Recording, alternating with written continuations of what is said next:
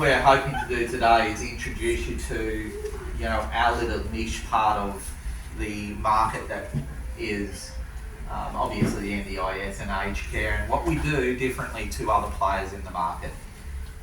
And really it's about giving choices for occupational therapists so they know what else is in the market and why we exist, to be quite honest. As Hannah already mentioned to the team there, what we're going to be talking about is, in particular, I would like to give you a real brief overview of sleep. Some of you already understand what sleep does at a very high level. I'd obviously want to take you to our products and show you about products shortly. Larry's going to do some pressure mapping and show you what happens on site of pressure mapping as well. So realistically, there's a couple of little handouts there on that desk. Late last year, we started a partnership with University of Queensland in their sleep area. And it opened our eyes because even a lot like you, we knew probably enough to be dangerous about sleep. Obviously, we understand if we don't sleep, we're not going to feel great the next day, our mental health's not going to be good,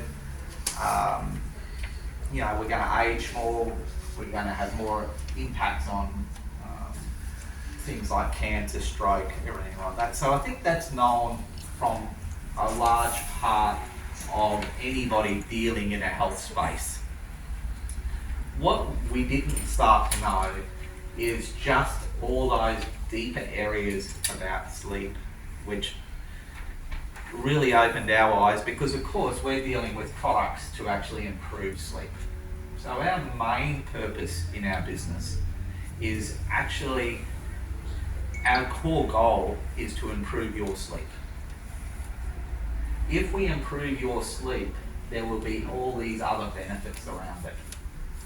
That's what Solace Sleep is about, to actually improve sleep. Now, how that actually links to your clients, the NDIS, and the NDIS is like the rest of the community out there, the population.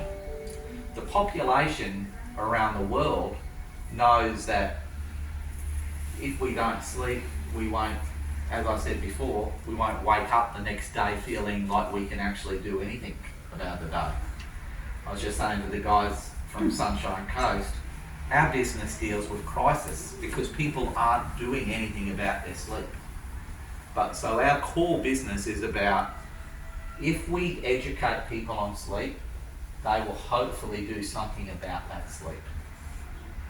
How that actually then engages the NDIS, well, they're still behind everybody, unfortunately. So at this stage, they haven't recognised sleep as a driver to your health. It's the third pillar of your health, obviously being diet and exercise and sleep. There's a lot of research articles out there that will obviously link sleep to your health, be it, again, simple things like heart attacks, cancers, all that sort of stuff. In terms of the clients that you're dealing with day to day, we know also, and so do you, that understanding that they all have been tested for a level of pressure care.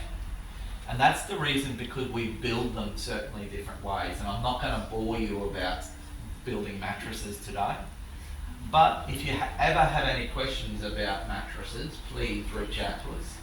Because the product that you see out in the marketplace, you need at least 3 centimetres of pressure care, or what you might know as viscoelastic or memory foam in a mattress, to actually get a level of pressure relief. So unfortunately with mattresses, as you can see, you just can't rip open a mattress to tell yourselves what's inside it. So when we're dealing with clients, we know that all our mattresses are pressure rated, because all of them have at least 3 centimetres of pressure care. And again, if you want, at any stage, there's 2 or 3 journal articles that have already been tested for that. So mattresses are, as I would expect for you guys going out to buy a mattress in the market yourself, very, very confusing. So when we're seeing occupational therapists, often we're hearing stories about, will the bed do this? Will the bed do that? We hardly ever hear about, outside of ones where we're starting to talk about air alternating mattresses, will the mattress do this? Will the mattress do that? Because it's just a surface to a lot of people, which is incorrect. The mattress plays at least 50% of the overall outcome for the client. That's how important it is. But we tend to basically push down the story of a mattress outside, as I said, of people asking us things about high level acute care pressure needs. What we'll often hear is, oh,